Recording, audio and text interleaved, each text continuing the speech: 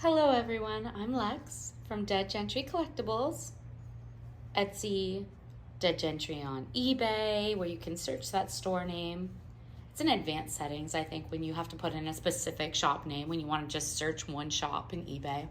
But Dead Gentry on Etsy as well, and of course these fun YouTube videos, which we hope, Dead Gentry Collectible YouTube videos, are helpful to some collectors and perhaps resellers out there. So as you can see, a full table, full board of purses today. Going to be a multi-part series. It is such a broad subject. There's no way I'm going to get through it in one video upload. So just going to start with the basics, things that I think everyone should find really helpful or should know. William's not quite here yet, but by the time I get to the next video with the purses, he likely will be.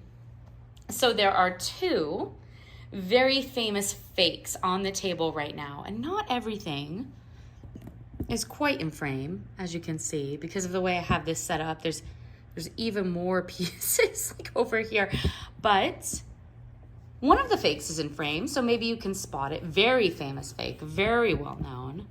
There we go, that's a little bit better. I'm trying to get that little black blur in the lower right corner from the camera phone stand that always seems to catch. I'm really bad at that, but I try to pay attention to it, trying to get that out of frame.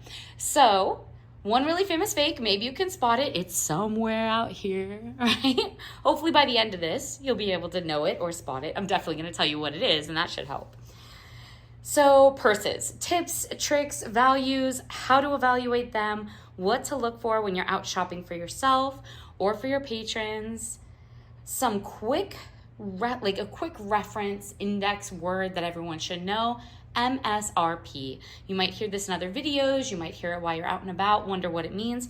MSRP is an acronym. It stands for Manufacturer Suggested Retail Price. So when you go to a store and find, say, a designer Guess bag, for instance, at the Guess store, brand new, that price at the Guess store is the MSRP.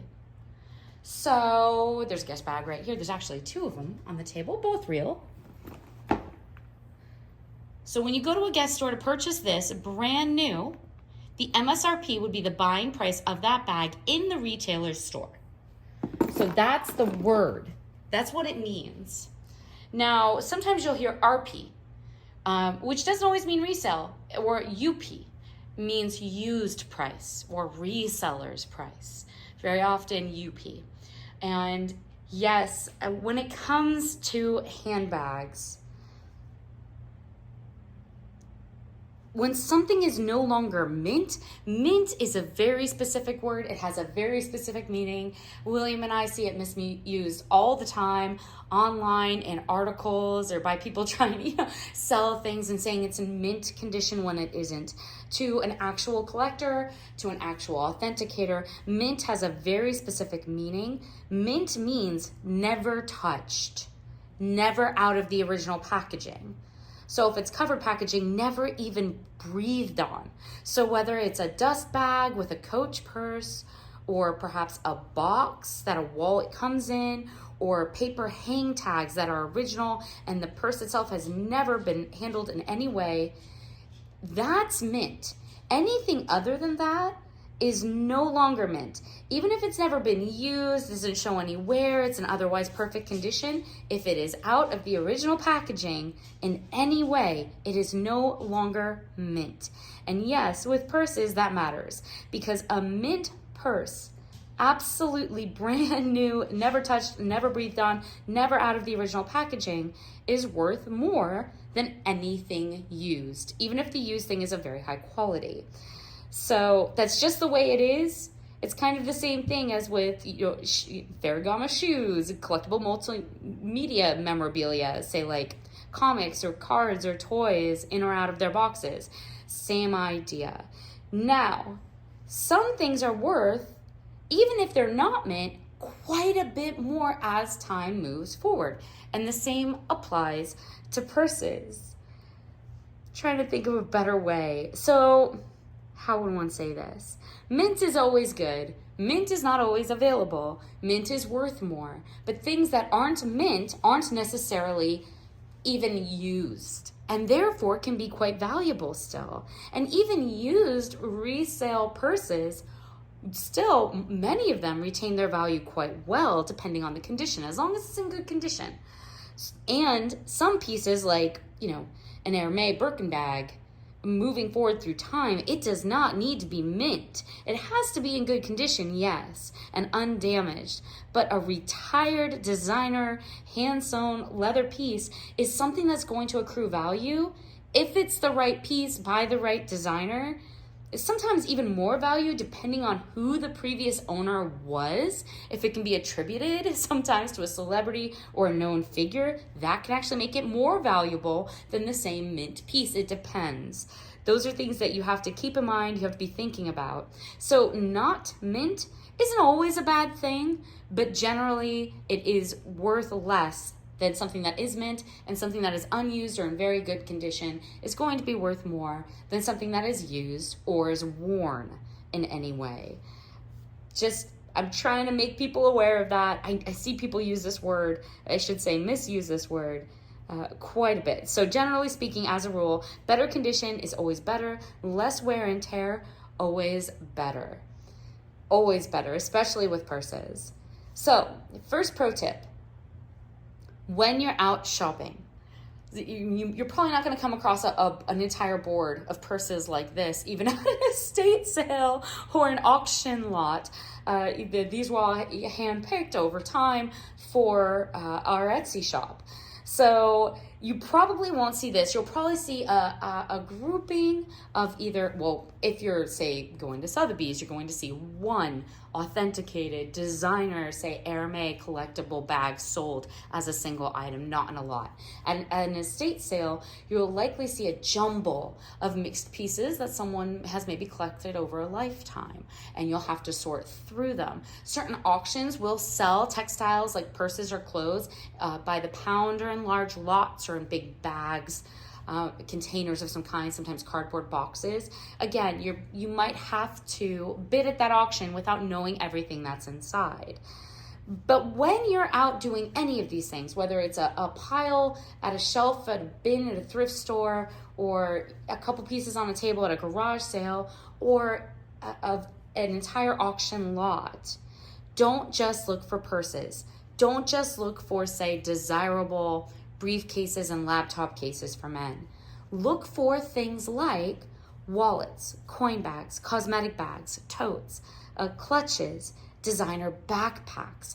So these are things that often get overlooked. I see a lot of people overlook them, but you get the idea. They all fall into this bag genre, and some of them can be very valuable, especially the smaller pieces that people might want, collect, or need to replace to go with a larger collection. So, when it comes to value as far as collecting or reselling and what the industry generally labels a quote-unquote purse, there are a lot of styles, shapes, sizes, uses. Don't just look for, say, designer handbags. Everyone's just looking for designer handbags. Be the person that's also looking for the sunglass cases, the leather wallets from Fossil, right? These other objects that fall into this category in a loose kind of way.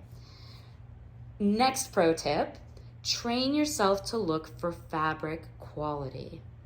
This, for instance, is a vintage piece. This is a chenille. Little dusty.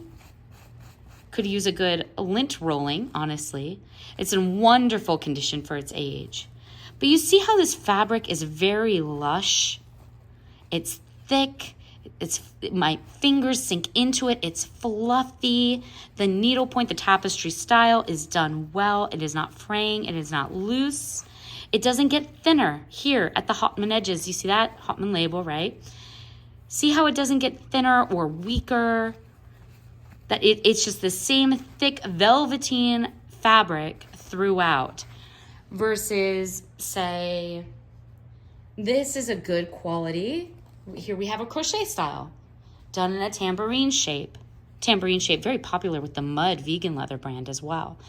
But see, again, high quality yarn. And you can tell the difference. It should be thick. It should be lush if it's yarn. It should feel, durable and of high quality, not thin or flimsy or poorly dyed or anything of that nature, maybe heavily fraying. Ignore anything along those lines. Sorry, another phone going off in the distance here. When it comes to leather or even a poly leather brand. Let's see this. Here we have a poly leather mix. So it's a chemically treated poly type canvas. But again, really good quality, dense. The paint isn't flaking off of it. Thick, good seaming, things like this. The quality of the material, and if it's leather, it should be leather. It should be high quality, not the chemically treated vat stuff. High quality, hand sewn, beautiful leather. You can get a feel for that. You can get a feel for different types of canvas, high quality materials, and even cotton blend, high quality materials. So the cloth involved, the textile involved, maybe it's not cloth, should be a high quality textile. So you need to start learning what that is. When it comes to purses, you need to know that. Another thing to look for, so after you've looked at the quality of the material in play, and you're like, oh yeah, this is dense. So maybe you just loosely pick this up. Maybe you're at a thrift store. I don't know. You're like, this is dense. This feels strong. It's beautifully woven. I don't see any fraying. I don't see any loss of color. I don't see any like odd loose stitches or anything of that nature. This seems really good. And you don't know what it is, and you don't know what it's worth, but you now are thinking this is pretty good quality material. The next thing to look for, hardware. Always check your hardware. So that's the next thing to check. Maybe it doesn't have a tag. Maybe you don't recognize the brand. There are a lot of brands, but what you can always check for is quality of materials. So hardware quality, the zippers need to work. The pull tags on zippers, if they're broken off, they can be replaced. I've seen a lot of people who tie little ribbons or keychains to them very easily, but not having those pull tags on the zipper pull does reduce value. So check your zippers. The zipper needs to work. It needs to be strong. It needs to close and open easily. It needs to not catch. And generally you want the pull tag there. Clasps, if it's a button closure, a snap clasp, that needs to work. Kissing clasps that overhook on each other, they need to be tight. They need to sync together. They need to hold securely. Always look at your hardware. So first look at the quality of the material, then immediately look at the hardware. This is what I do. And I can tell a designer bag from a mile away versus a non-designer bag. And there are some incredibly good fakes out there. So these are the two things anyone can learn to look for. It might not even be a designer brand. That doesn't mean it doesn't have value. Some things are very well made and still retain a resale value, even if they're not, Saint Laurent. So you can look for quality and you can know that someone is willing to buy a thing if it's a high quality item. Your seams should be strong. Look at the sewing. Look for reinforced, strong seams. Look for, in the stitching, no fraying, no stitch loss, no loose threads. Again, any of those kind of like, maybe at the corners or the edges. So usually I look at the quality of the material. I immediately look at the hardware. The third thing I'll look for before I ever look for a logo. A lot of people will show these videos where they're constantly like flipping teacups over looking for stamps. Stamps can be faked. If you know the good quality of white shining porcelain, you know whether or not a teacup has real value. If you know the good quality of high detailed hand painted work, again, you know that teacup's going to have high value. Even without a stamp, with a faded stamp, you're going to know the difference. But if you're constantly looking for things like stamps, the same thing applies with purses. If you're just looking for the logo, for the designer name, there are a zillion fakes out there. So you cannot rely on that. This is not the area of expertise where you just get to flip the item over, cross your fingers, and hope for the best that you got it right based on whatever it says. Do not do that. You will get yourself into trouble, especially with designer handbags if you're relying on that sort of thing. So quality of material, then look to the hardware. Then what I do is immediately look to edges and corners. Anywhere a zipper is sewn on, anywhere pleating comes together in a corner, anywhere an accessory trim line, maybe a piece of painted leather is added as a detail element. Look at those, where any stitching ends. If it's knotted, if it's loose, if you can see threads coming off on those little edges and corners and ends, That's low quality. High quality bags do not have exposed threads like that. They don't have loose threads coming off the edges. They're not tied at the corners with knots and things of that nature. So that's something you can look for. The sewing details at edges and corners will be well hidden, well maintained, incredibly well done, and it won't look cheap. It won't look frayed. It won't look loose. It won't have any extra thread kind of hanging about where it shouldn't be. That's something that you can always look for. Then, of course, open it up. So now you've checked these things. Everything seems great so far. Open the handbag up, open the wallet up, open the briefcase up, open the backpack up, turn it inside out if you can. You're looking for stains to the internal lining. The quality of the internal lining should be good. And you have to smell it. Yes, I know. But I really do want you, whatever it is, maybe it's a little cosmetic bag. You're going to pick it up. You're going to check it. You're like, oh, look, manufacturer's hardware is in place correctly. That's great. Oh, the hardware works well and smoothly. That's great. I'm looking at all these seams. They are strong. They are in great condition. There's no little threads poking out here where there shouldn't be, right? Everything is finished well. Nothing seems loose. Now you're going to open it up and you're going to go like this. Yeah, I know it seems weird. You have to do that. When it comes to handbags, train yourself to smell the cloth, to smell the leather, to open that bag up, stick your face inside of that internal lining and just take a big whole whiff of whatever is going on. Because when it comes to purses, handbags, coin bags, clutches, briefcases, backpacks, anything of this nature, it needs to be scentless. Scent destroys value in designer collectible items, in mid-range resellable items. You do not want scent in any bag. And a lot of people forget to check. It's just one of those things where people forget to look. So you need to smell it.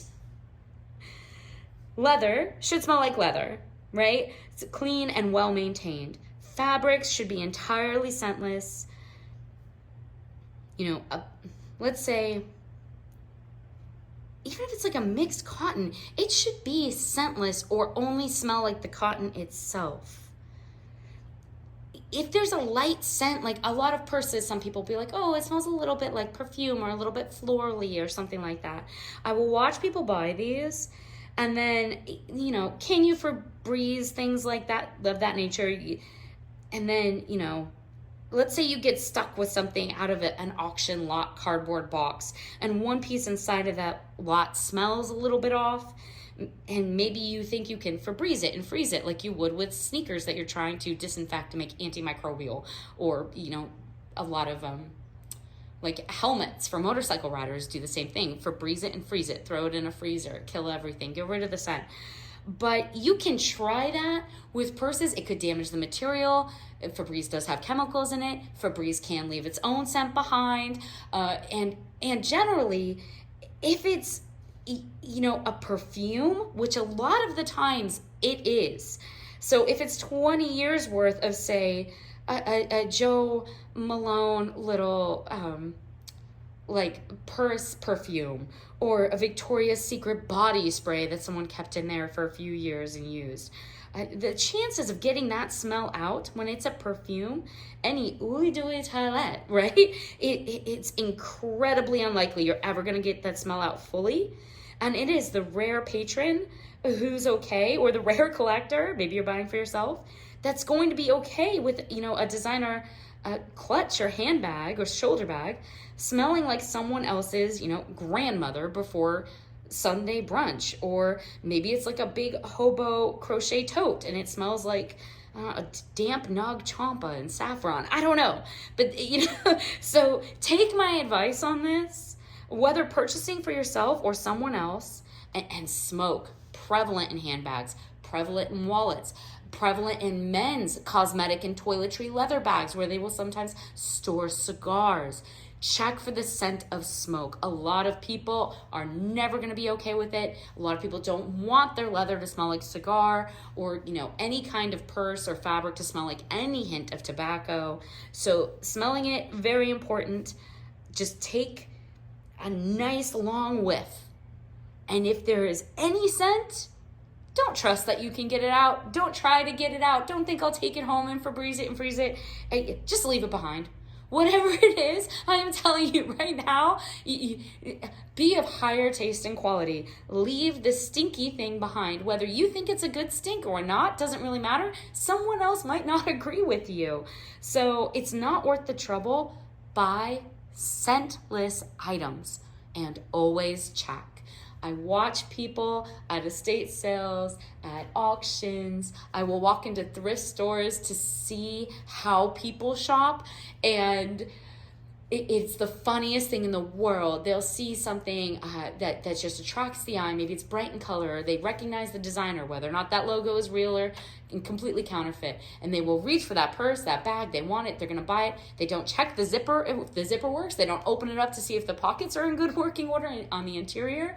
They don't check the lining, and they don't smell it. And then they get home and they end up with something that is stained or stinky, or the snaps inside or the zippers inside are broken or missing, stuff of that nature. So take the time, use my little, do the little check sheet in your head. Pick the piece up. Is the material quality good? Yes or no? If it's good, move on. Is the hardware quality good or not? If it's good, move on. Are the edges and the seams and the corners well sewn? If they're good, move on. Smell it. Smell it, smell it, smell it. Make sure that leather is real, not chemically hard treated, right? Make sure the dyes used don't stink. Make sure the piece itself doesn't smell like things like smoke or perfume or someone's very old makeup or I don't know what, but check to see if it smells. Next pro tip. In the world of handbags, you need to get to know the big names, and then you need to know how to, tell real from fake. So there are endless videos on this, and it is important. Take the time to do your homework and do some research. Vera Bradley has an E before the Y, for example. Some simple things that you can keep in mind. Fake Coach bags never have the right stitching. Even when they have fantastically well-faked leather interior labels that are almost perfect mimics down to serial numbers, most designer bags will have repeated logo markings, not just on one zipper pull or one snap, but over and over again on most or all of the hardware. And yes, these little elements of like how many logos are on what snaps or what buckles or whether the lock came with a key, these are all things that are incredibly specific that you can look up with a Google search. You can go find the same item online by the retailer, by another reseller who's had it authenticated through a knowledgeable, reputable source, and you can compare whatever item you're looking at to that, and you can check these elements. So you can take those, whether you're at a garage sale, estate sale, auction, I don't care. There's no excuse. Take the 2 minutes, especially if it's a designer bag that you think you're getting for less than it's worth, or you're paying up for, in order to add it to a collection so that it's an insured accruable value moving forward. You want to make sure that investment's a good one. So take those couple of minutes to check if it's the real deal with an authenticated reseller online. It's a simple thing to do. And no, I don't just mean Google Lens it. If you just Google Lens it, or if you just go to like Google Shopping and see if other people are selling the same thing and how much they're selling it for. If you Google Lens it and yours is a fake, you're just gonna see pictures of the same fake from other people. And if you just go to, say, Google Shopping and you don't check to make sure it's an authenticated piece, you could be looking at a fake that someone's selling for $300 because they think it's real. So that doesn't mean that your piece or theirs is real, but there are good forums and spaces online where you can find this out for free. You just need to get used to them. You need to know which sites to go to. You can choose them. You can figure this out for yourself. It's not hard. And then you can get a feel for credible items. Don't just find matching fakes and think that everything's real. Don't just Google Lens purses. It's a bad idea. So take the time to say, search, maybe you're looking at an Hermès, right?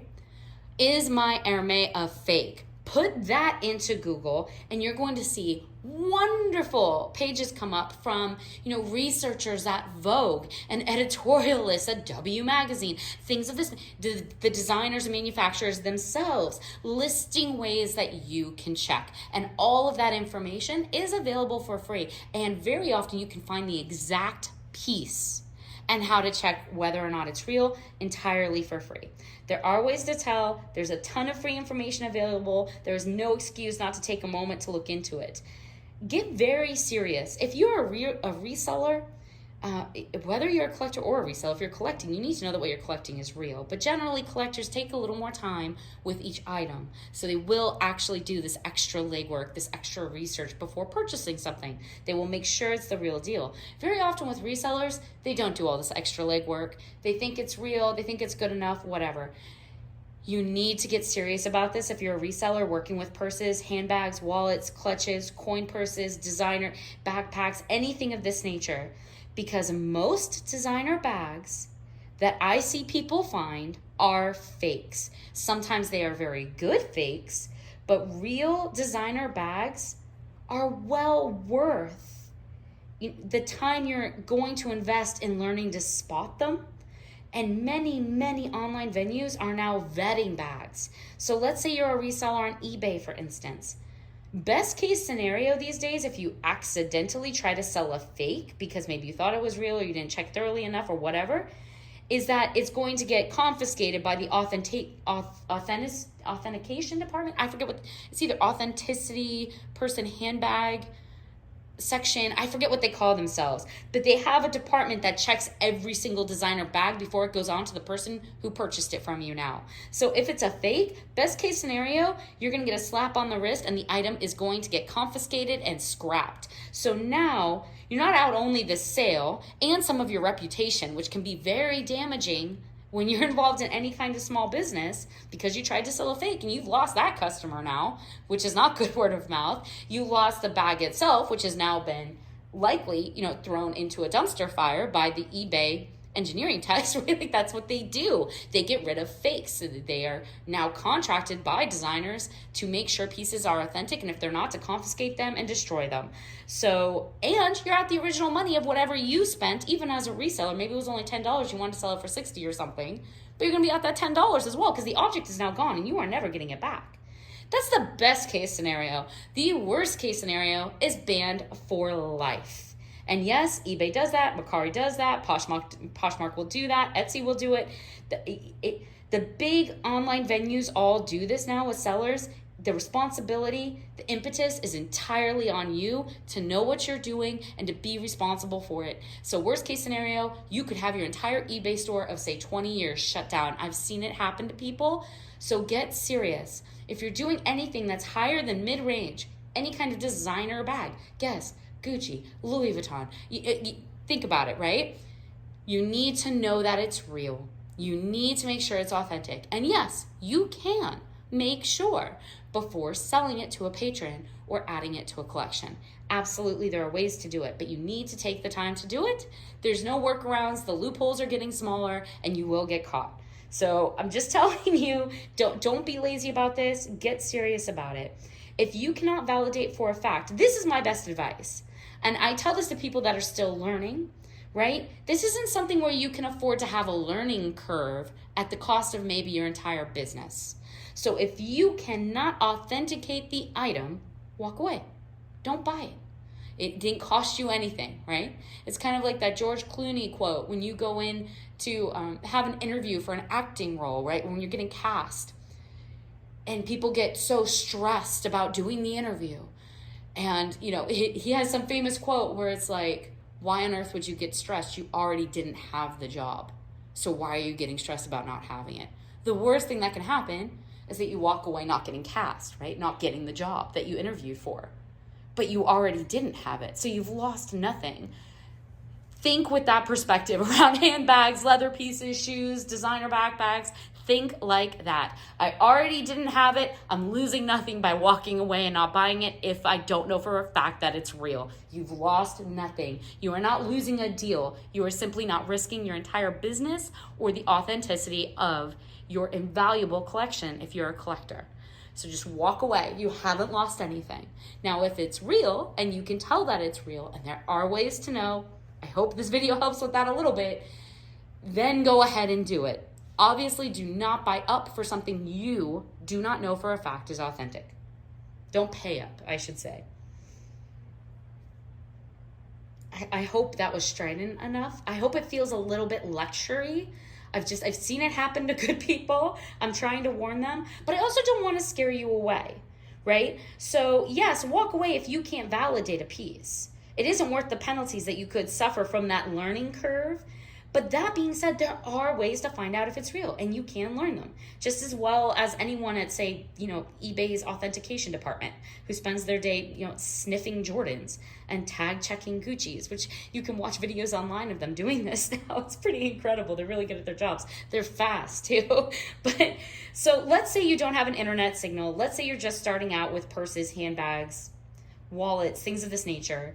Here you are staring at a bag, wondering if it's the real deal. Where do you start? Quality of material, hardware. And yes, you really do need to take the time to learn what to look for from brand to brand. Absolutely. But just as a general beginner's rule, there are things like hardware itself should be of high quality. So let's use this gas just because it's up here again. It's just easy to reach for. There's so many things on this table. So you see this metal, this is a real Guess bag. I know for a fact this is a real Guess bag. I bought this from a Guess store in San Francisco. So that's one way you can authenticate something is if the designer's retail shop is selling it themselves, probably real. So see this hardware? All these little pieces, this little key dangle, the little fobs holding it in place, the actual metal here that's pressed into the leather tag. Here, all these little elements that are pushed in. This here, the zippers, all this zippering work. Real metal feels heavier than plastic. Real metal feels colder than plastic. Real metal there shouldn't be flaking and chipping of some kind of odd embellishment paint involved in real good quality hardware. Die stamps. Die stamps are the stamps, say like here on this Betsy Johnson piece. So see this? This is called a die stamp. It's pressed with what's known as a die. This should be clean, very crisp. It should look like the exact logo. Let's see if I can find, Vera Bradley does it on all her snaps. Yeah. So here's a Vera Bradley. Again, look at the die stamp. See this? It's on every single piece. It's going to be on every single piece of this purse. See if we can find a zipper to show you. She'll do it on the zipper. See this? The zipper tag snap, like this little embellishment, has that die stamp. See how it's clean? It will exactly match the logo. It should be crisp. It should be clean. It should not be blurry. It should not be hardware. It should not be chipping, flaking, anything of that nature. And the die stamp should be clean, legible, and exact match to the designer's known logo, stamp, brand name, what have you. It should be an exact match. These are called impress or logo stamps sometimes. Never, they shouldn't be off kilter. Sometimes you'll see even the stamps, like leather embossed paint stamps, they should never be slanted or anything of that nature. They should always be in plumb, level, straight, they're very specific. And you can tell poor quality when it is a little slanted, or when it is a little smudged, or when it is a little blurry. All of those things speak to it likely being a fake. Again, it should be kind of heavy. The metal, whether it's, say, like a pull tag or buckle, it shouldn't be hollow. It should be high quality, solid metal throughout. That's and that's generally a little bit heavier, and you can get a feel for that. So not, hollow, not painted, real metal. Tassels, some bags have tassels, like little strips of, don't know if I have one on this table. Maybe I do. There might be one over here behind this bag. This might have a tassel on it.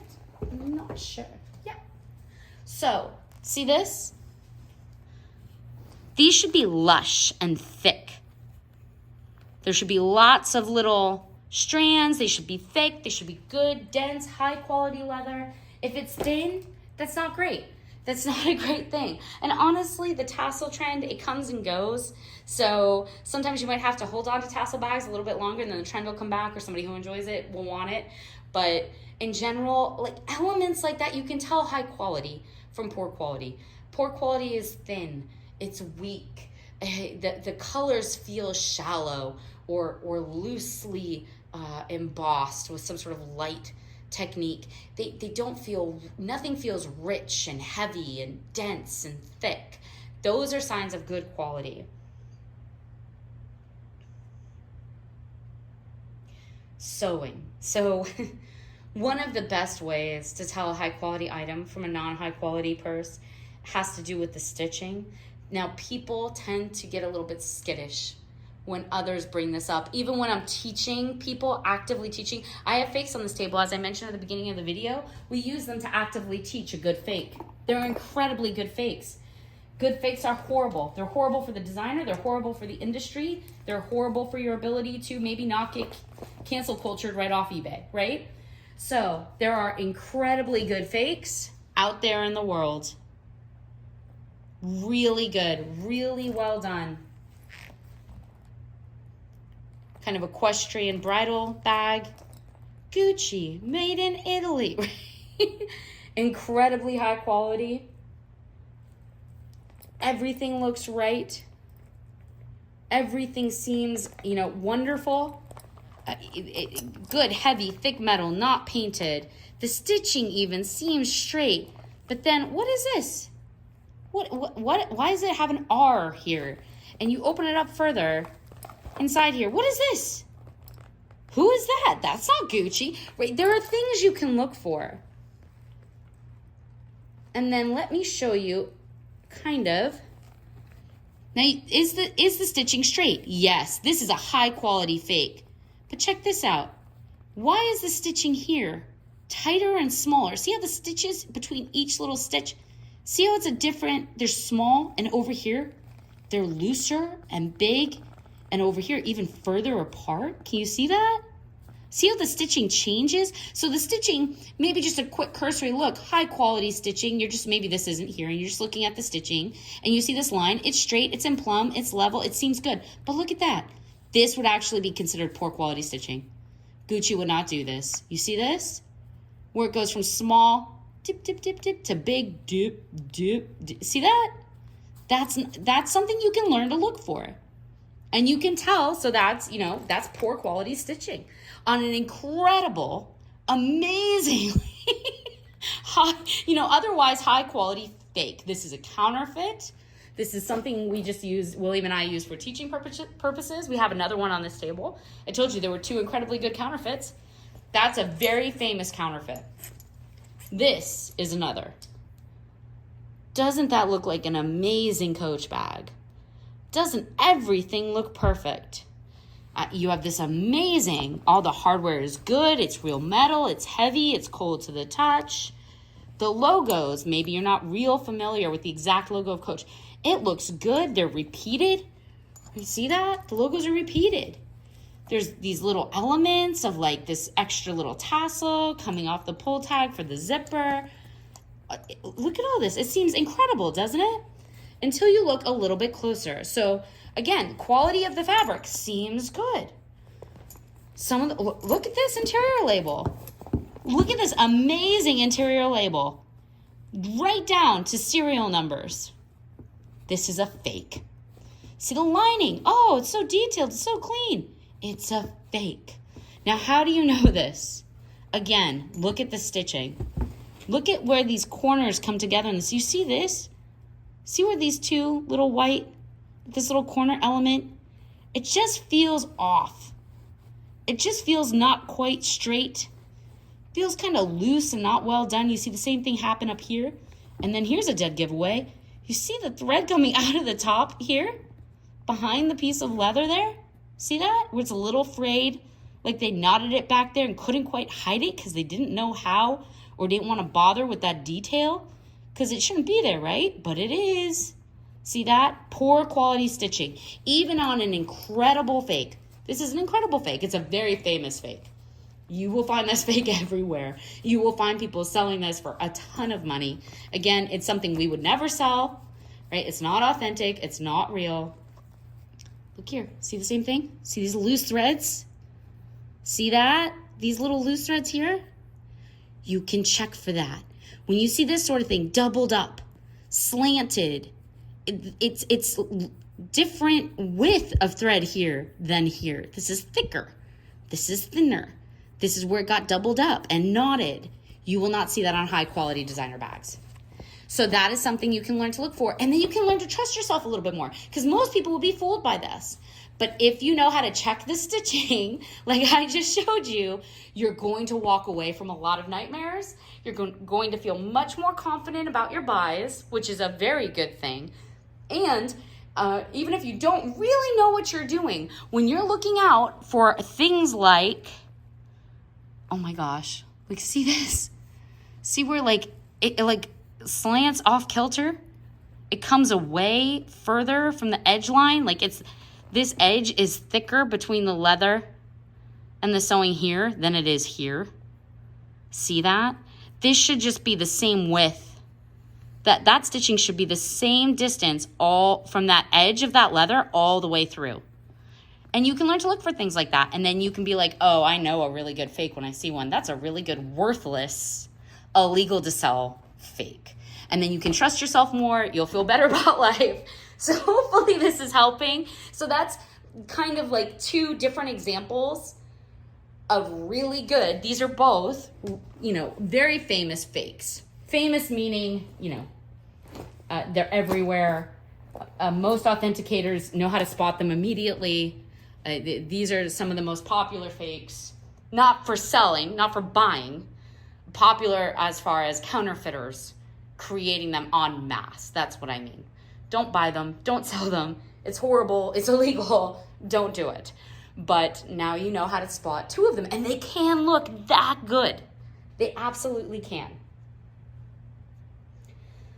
So, stitching should be precise, right? Clean, strong, straight, never slanted. If you're looking at, out of whack or slanted stitching on a Birkin bag, that is not a Birkin bag. It just isn't. So no tied off or indiscreet threads hanging loose, nothing moving back and forth. Like it shouldn't double back on itself, kind of like what I showed you there. You should never see that. It shouldn't be uneven. Those are all signs of junk manufacture. There are an exact number of stitches placed in exact places in true designer bags, which yes, you can learn for it. Excuse me. You can learn to look for it. But you might not have that memorized yet. You might not be that into bags. I don't know. But you can do that. You can learn that. Absolutely. But if, let's say you don't have that memorized yet, or you don't have the time for that, you can learn to look first for quality. And if quality is true to form, the chances of, say, the handbag being the real deal are much better. Leather smells like leather every time. It feels like leather. Go find a piece of real leather. If you I don't have any in my home. Go to a thrift store. Find a piece of real leather in a thrift store. If you don't have any in your closet, right? Go sniff a Ferragamo shoe in a Macy's. You can do this. Or go to a thrift store and find a Buffalo brand vintage jacket. Smell that. Feel that. Leather has a specific smell, a specific feel. So does well-treated canvas.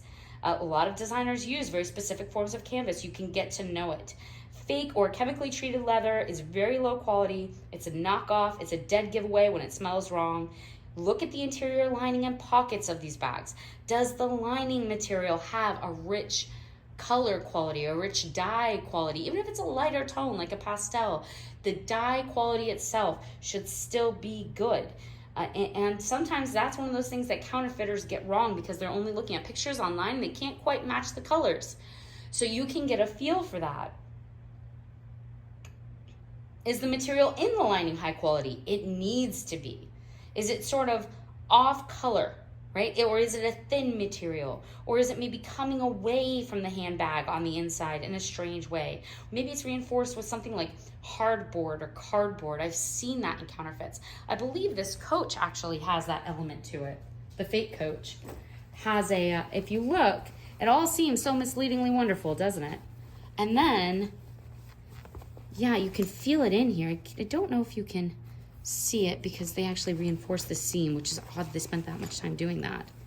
Let's see if I can get to it.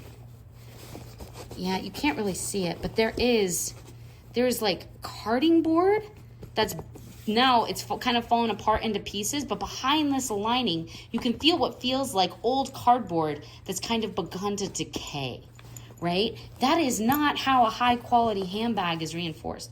Oh, maybe, can you see it here? Yeah, see? So see how it doesn't show through this grommet? Oh, but look at that horrible threading. Again, see that interior lining? Horribly done. So, and then over here, all you see is the cardboard itself poking through. See that? So that's a dead giveaway. Check the lining, check the interior. It should be, the interior should be as high quality as the exterior matching as much as possible, to the quality of whatever textile has been used. If there's a print or artwork inside, that artwork should be cleanly detailed, not blurry, not misspelled. Like, I'm pretty sure this Vera has a very detailed internal lining. You see this? And look at the stitches, good stitches. See this? Good stitches throughout. Really nicely done. You see how the lining, it's a true color match as it's intended to be. See that? It's not like lighter or not well done. And this isn't blurry. See all these little motif graphics? They're very clean. They're very detailed. The wording, good, clean, right? So it shouldn't be blurry. It shouldn't look faded or off color, anything like that. You can check for that.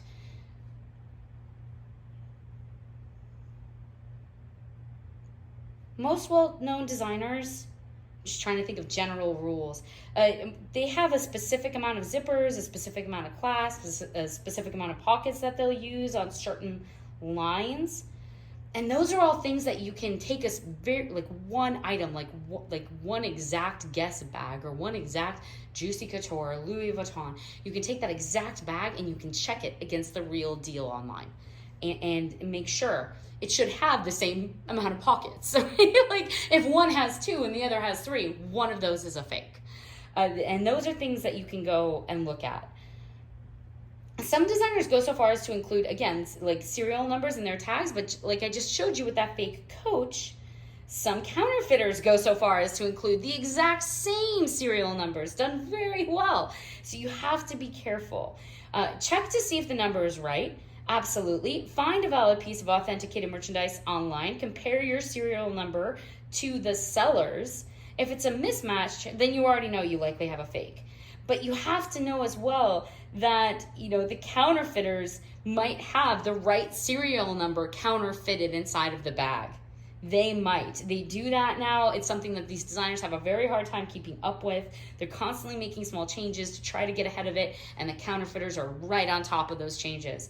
So again, this isn't an industry where you can just like flip that item over and see who it's stamped and assume that it's real. You can't just check these tags, check these serial numbers, check the hidden date numbers, and assume that it's not a counterfeit. Check those things, make sure those things are accurate and correct. But then check everything else as well. Because if you have the right serial number, but horrible stitching work, it's a fake. If you have the right date, authentication, hidden tag, but the hardware is flaking and hollow, it's a fake, right? So you have to check all of these different elements. You can't just assume things from the label. You can check for things even as much as like, if I were to compare that Coach label where it was pressed on the leather in there, that font size and font style to a real Coach interior leather label tag, they would not match up exactly. They might be very, very, very close, but there are going to be minute differences. That's one of the ways you can tell. It's a very discreet difference, but that's something you can look for to make sure the font is exact, right? The size should be exact of the font. The style should be exact. The logo should be exact. So you do have to keep in mind, counterfeits are often going to have every maker's mark, every artisanal mark, designer serial number, matching date number, matched perfectly to the genuine article. So you can't just assume based on a number that something's real. You can't do that. That's just one of the things to look for. Look for that, make sure that's squared away, but then starting to look for all the other things that I've been talking about. It can have all the right numbers, but if the stitching at the corners is knotted and loose and sloppy, it's a fake. That's just something you need to know. Easy tricks. Oh, this is everyone's favorite. I feel bad for this little Kate Spade that got flipped. This, for instance, is a real Kate Spade. A Kate Spade logo should always look exactly like this. Perfectly centered, perfectly embossed, always done in like even the paint used in that stamp into the leather should be of high quality, match that designer exactly every time. Easy tips, easy tricks. Hermès does not provide authenticity cards inside of their bags. If you don't know what Hermès is, try searching Hermes. I know a lot of people pronounce it that way incorrectly. I don't know why. So Hermès, high-end brand, but I see fakes that will have like little cards stuck inside the pockets, or paperwork, like a certification paperwork with like an Hermès header, where they're being like, that's not real. That is not real. If an Hermès bag is trying too hard, it's not an Hermès. And that's what I mean. Like, Hermès does not produce that paperwork. So if there is paperwork with an Hermès bag with an Hermès, header on that paperwork, or a little card inside the pocket, something like an authenticity card or something, that is a fake. It is trying too hard. It is trying to convince you of what it is. It is not real. Hermès doesn't do that. Hermès stitches are always perfectly in line because they are hand sewn. They are perfect. You will never see a tiny little bit of paint slipped over the edge of one seam into another area on an Hermès bag. Never. Not even the tiniest little mistake. They are perfectionists about creating these items. Hermès also, quick tip, if you're looking at a real Hermès bag, the zipper, they're kind of this one of a kind style of mechanical zipper. The zipper never falls over at either end of the zip. The actual zipper itself will not fall over sideways to one side or the other. It will never do that on a true Hermès. It's just the way they're designed. So that's something you can learn to look for, if you can keep it in mind. If an Hermès has a gold embossed stamp, you saw like kind of that paint, sometimes there's painted stamps like on this Kate Spade. It should look and feel like it's part of the material and not just like pressed or painted on top of the leather or the material. The thread color should be consistent across all designer bags, unless it's a choice that the designer made. It's somehow in keeping with the aesthetic of the bag. Maybe they're using one color thread on the exterior for detailing and another on the interior lining or something like that. If it's not that, if you see like threads that go from like black to white or two tones of brown or anything like that, likely a fake. That's something that, especially a designer like Hermès, pays incredible attention to. You're not going to see different colored threads used in the stitching just randomly, as if they ran out of one thread and needed to use another. That's never going to happen. Color should be consistent. The name stamp on Hermès, on the actual logo, should be high and close to the stitching. That's something you can look for.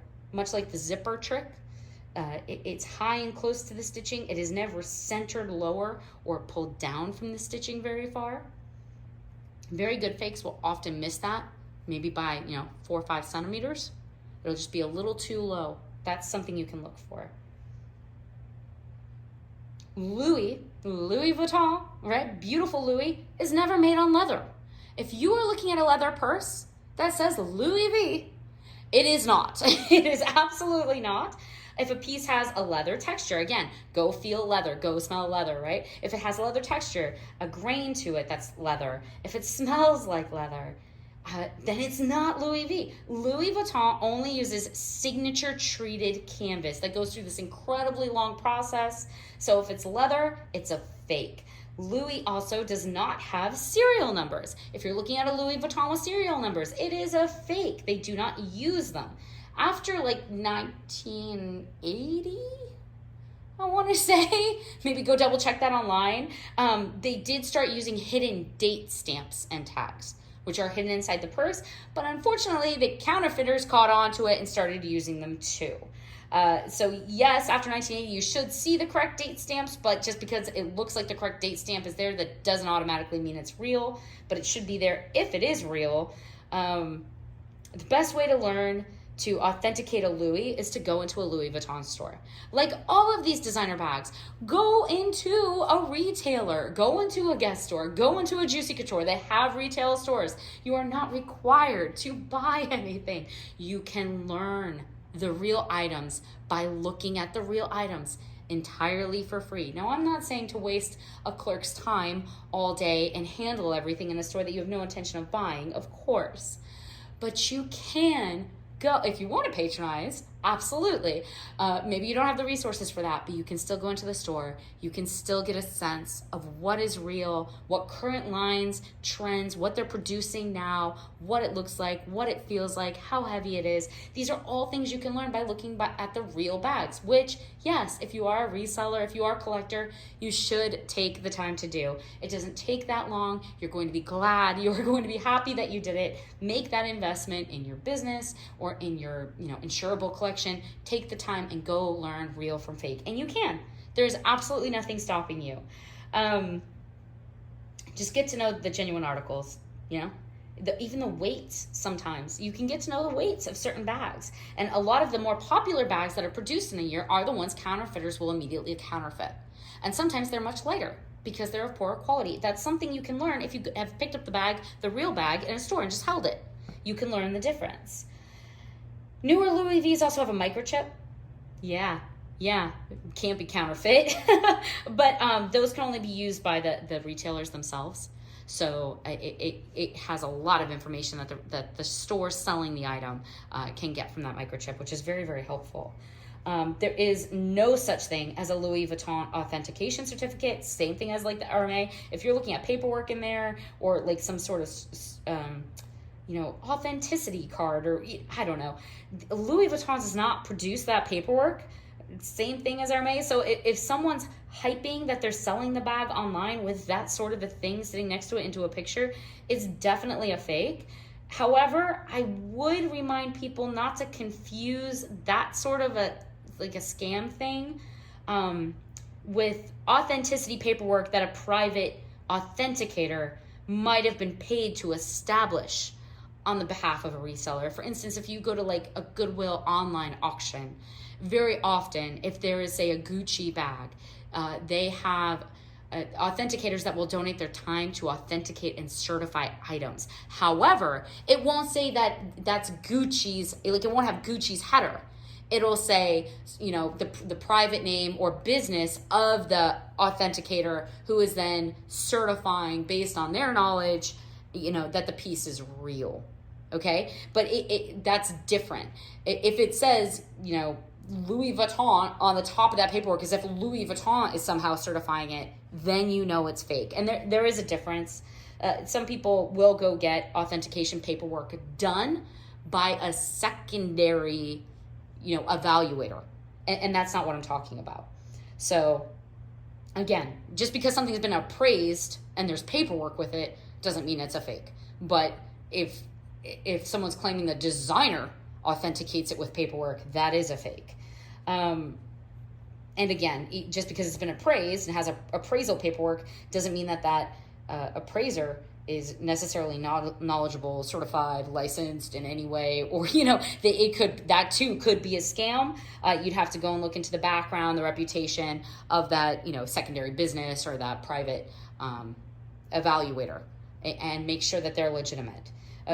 Better to trust yourself, to learn to look for these things to know what's real and to walk into a Louis Vuitton store and, have it authenticated before you buy it, which you can do. Again, especially if it has the microchip. So go ahead and do that before ever trusting paperwork from anyone. Now, Chanel, when you're looking at, say, like the very popular quilted bags, Chanel's handbags do Chanel produces authenticity cards. So again, Hermès doesn't, Louis Vuitton doesn't, Chanel does. That's something you need to learn. They have 6 to 8 digits. More than that, it's a fake. Less than 6 digits, it's a fake. Chanel screws can't be tooled with publicly available screwdrivers. What that means is that the hardware that often will connect the Chanel plaque to the, say, clutch or handbag. If you can remove that metal hardware, those screws around the plaque, with any screwdriver in your house, maybe like an eyewear, like that you use for tightening eyeglasses, those small screwdrivers. If you can use a screwdriver to remove Chanel hardware, it's a fake. It's not Chanel. There are no screwdrivers publicly available that do that. They have their own tools designed to fit their bags in-house, meaning the fashion house itself that creates these items holds the tools used under their purview. Like, no one else has those tools. You cannot get or find those tools. So there's a pro tip. If you can unscrew a screw from a Chanel bag, it's not a Chanel bag. You would have to have the Chanel tool to do that from the fashion house itself. Pro tip again, Chanel quilting on the quilted bags always lines up perfectly.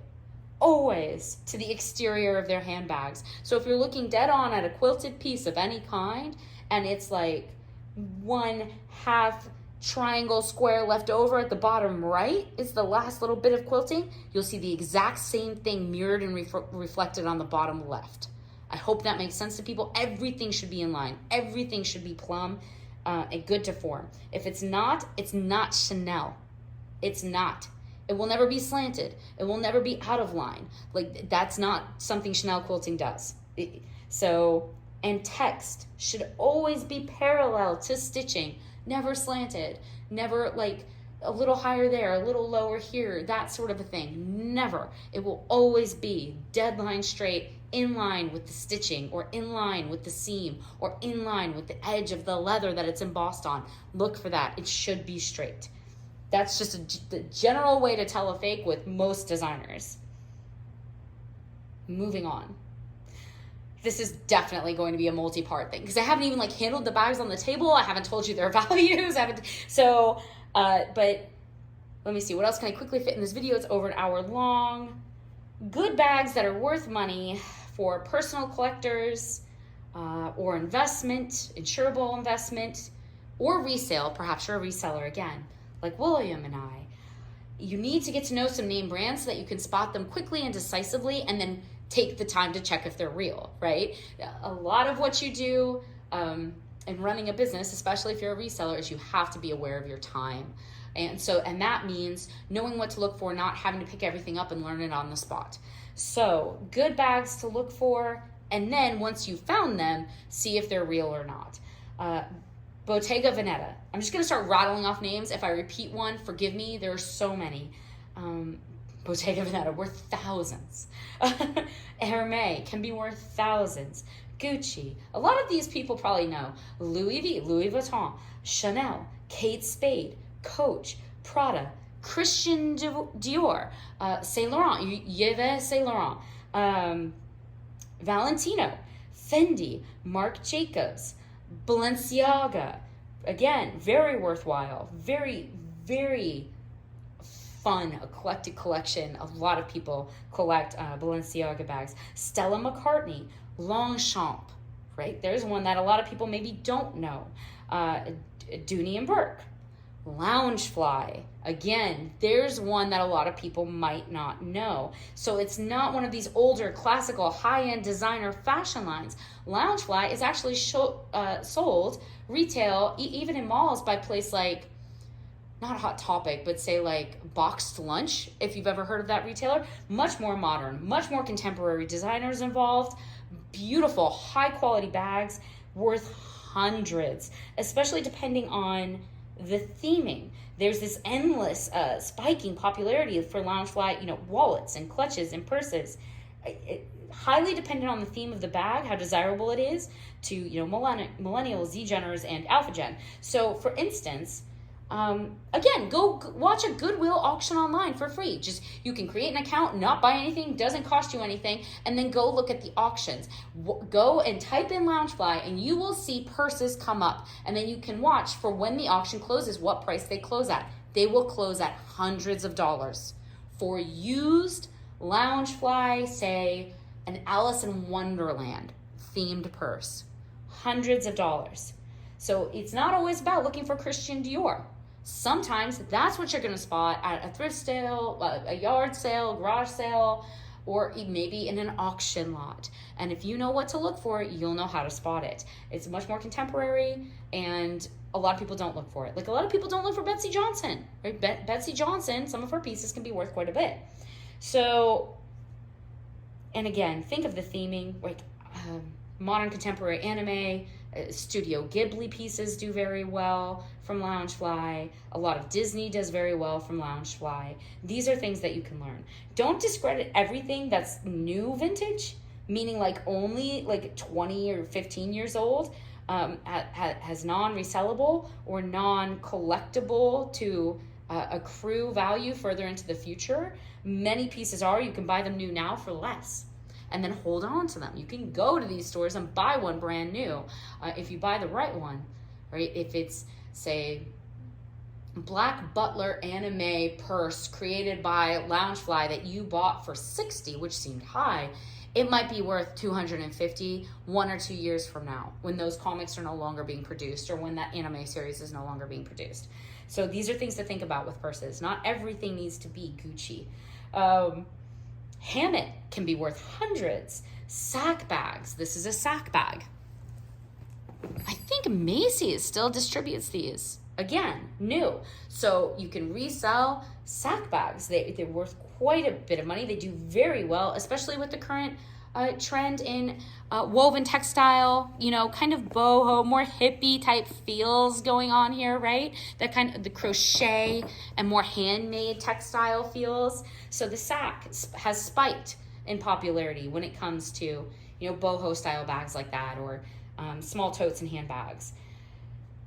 Vegan leather brands, again, somewhat contemporary, but like Mud, I think I mentioned before, they have like a tambourine style purse. They have other purses, more contemporary, more modern, highly resellable. People want to buy and reuse used vegan leather objects. They are very much in the mindset of not creating waste, and of actually feeling maybe more of an emotional or affectionate attachment aesthetically to a piece that they know they are taking out of the garbage cycle, right? It's not going to end up in a dumpster or, just left on a rack to rot, because they are choosing to buy something used rather than brand new. So you will see that a lot of kind of like-minded genres. So when you see vegan leather, that's kind of one of those genres of purse where that demographic of buyer is also usually going to be very much into the idea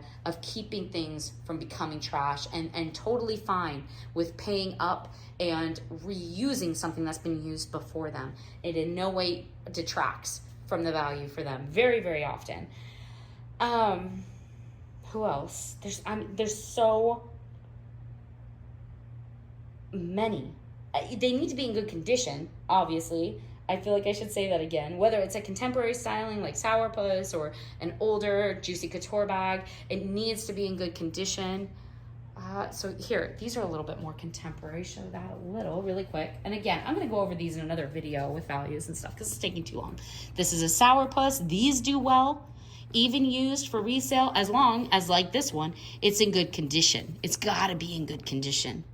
It's got something, tape stuck to it there, but see this? There's like no shelf wear going on here. But if it's in good condition, then it has resale value. Again, more contemporary, Juicy Couture, 90s. More contemporary, good condition.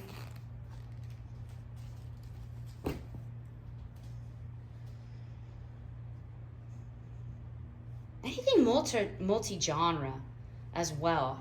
I said it a little bit, like as far as Disney and like, or maybe anime stylings. But think like a concert themed release or a cartoon themed release, maybe a single edition or a very, very low edition release. Again, that's often going to be, even if it's more contemporary, more desirable than it just being by that specific designer. So think like, if it's by a high level designer like Kate Spade and it's Disney, that's a win-win. That's two different genres that one handbag is falling into, can often make it worth more. Chloe's can be worth thousands. I never see people look for them. I don't know why. Some Vera Bradleys do very well. The Lord, mid-range Veras, there's so many of them out there. They don't always do well, but the brighter and more playful Y2K type colorings, especially in the larger like tote sizes, or the kind of, again, like this one's more multi-textured, has kind of like vinyl detailing, right? And then this bright solid coloring. That's more of like Y2K gay pop feels. So that can do very well, even though it's Vera Bradley. Christian Louboutin, right? It's not Christian Dior. There's also Christian Louboutin. Get to know these names. Jimmy Choo makes beautiful purses. Dolce & Gabbana, don't know if I already said them. Versace, Tory Burch, Jacquemus, spelled very strangely. If you're not used to it, look it up online. Jacquemus, amazing. Some of Gwen Stefani's Lamb line still does well.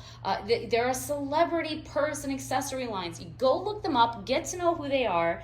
You can find these things. Other people aren't looking for them. Telfar is worth quite a bit. I see people pass it up because they don't recognize the logo.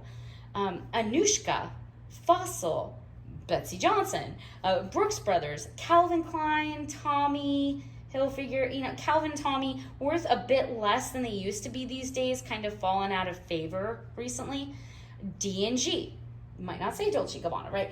Lucky Brand, Patricia Nash, right? Anything high end, that's also kawaii, Japanese, meaning cute. So, like anime style fashions, I think I mentioned Studio Ghibli a little bit. Juicy Couture making a little bit of a comeback with the Y2K trend stylings and among vaporcore aesthetic, which is already kind of like not a thing, but was. Now it's like broken down into other aesthetics. So anything with a lot of different textures, bright pinks and purples, that's kind of like the vaporcore edge, sort of hand in hand with the whole, 90s music retro, like mall soft. If you've ever heard that trends, kawaii does well there, and these bright, colorful pieces do well with that demographic, very popular with Gen Z and Gen Alpha. Basically, the generations that were raised in social media, raised on the internet, raised with graphic design apps, apparently translates to lots of, eye-catching color and movement, multi-textural preferences in designer bags. So think like Tokidoki, right? Definitely going to retain some value and be worth something. Good start, over an hour long. I'm gonna do the next video of everything on this table, what's real, what's fake, and what everything on this table is worth, so that you can get a feel for all these real logos up close, of what the internal tags should look like up close on some of these pieces, and what their actual values are in the very next video. But I really need some water first. So I will be back with another video, hopefully with William, in a little bit. Cheers, everyone.